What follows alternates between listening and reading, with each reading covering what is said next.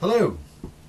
Today I'd like to talk about an environmental problem, one that seems to go largely unnoticed and will be incredibly difficult to solve, mainly because it doesn't have a human cost, hence there's no one suffering from its effects, rather a something. The problem is extensive palm oil plantations.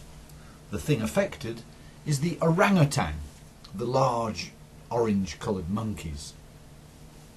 Orangutans live in Indonesia and Malaysia, in the rainforests of Sumatra and Borneo.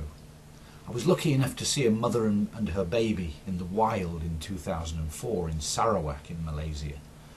I say in the wild, I suppose it was really the semi-wild. It was a protected area of rainforest where conservationists are trying to help orangutans to survive. Mother and baby came down from the trees to get some food from one of the staff. Orangutan, by the way, comes from the Malay language and means person of the forest. And Sumatran and Bornean orangutans are slightly different. Sumatran orangutans have a narrower face and a longer beard than the Bornean species. Now, returning to our topic of these palm oil plantations. Now, palm oil isn't something that you go to the supermarket specifically to buy, unlike, say, olive oil. But palm oil is an ingredient in many products. In fact, it's estimated that over 50% of all packaged food contains palm oil. From the butter type spreads you put on your bread when you make a sandwich, to pizzas, to cookies, cakes, noodles and ice cream. It's also widely used in cosmetics like lipsticks and in soap. So although you may not know it, you almost certainly have used palm oil a lot. It's usually listed in the ingredients as a vegetable oil, which it is. Since it was first found to be useful in the West in the late 1950s, its popularity as an ingredient has soared, and to meet the demand, places must be found to grow the palm trees. In total, around 6 million hectares of land is used to produce palm oil at the moment.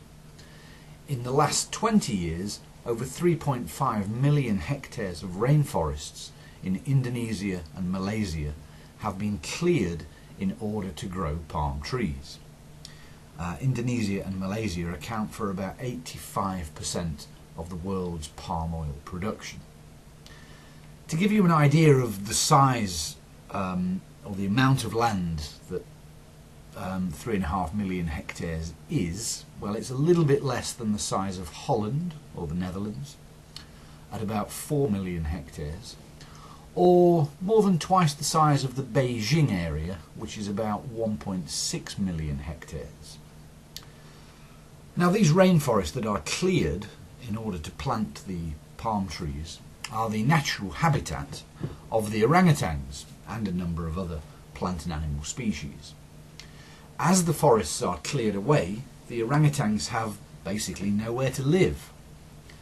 That 3.5 million hectares that have been cleared represents about 80% of the natural habitat of orangutans.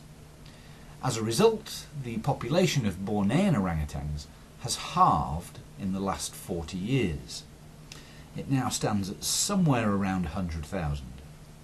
The Sumatran orangutan is in an even worse state, with between 13,500 and 15,000 or so remaining in the wild.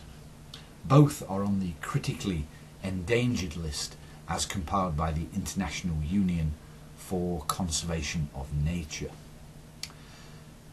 Let's now consider why palm oil is so popular. As I said previously, it's in a lot of different foods and cosmetics. And quite simply, it is very versatile, and it's pretty cheap compared to other vegetable oils. It has a high melting point, so it's useful in cooking, and it gives soaps and cosmetics a creamy, luxurious feel. It's also been used for biofuel, so is seen as an environmentally friendly alternative to oil and gas. I'm not so sure about that. Around 60 million metric tons of palm oil is exported each year from Indonesia and Malaysia to more than 70 countries.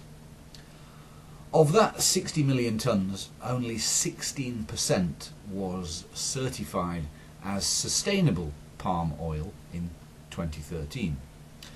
Sustainable meaning that it meets minimum standards around deforestation, lawfulness, transparency and the social impact.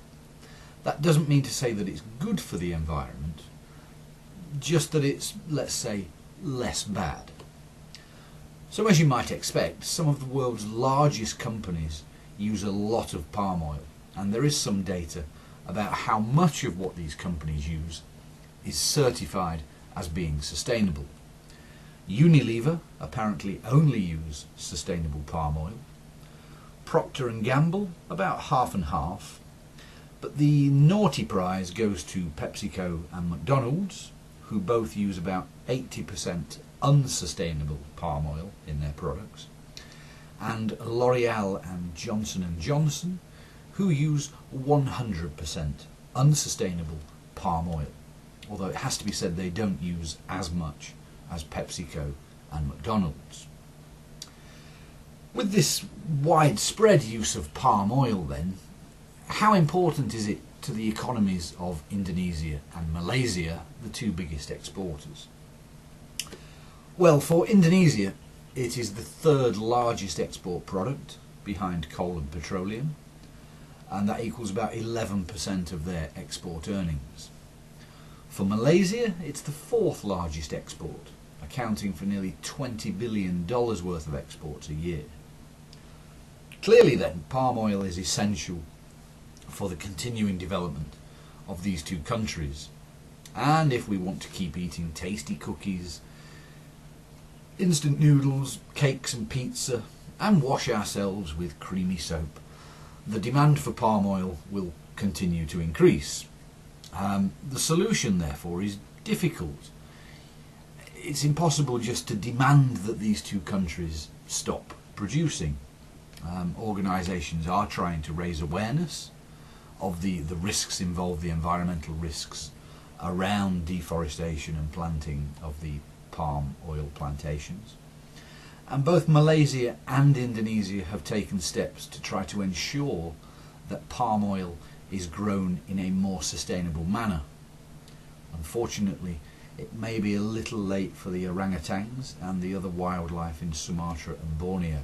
A terrible shame, but some people would say that's just progress. That's what humans need. I don't know whether they're right or not. Thank you.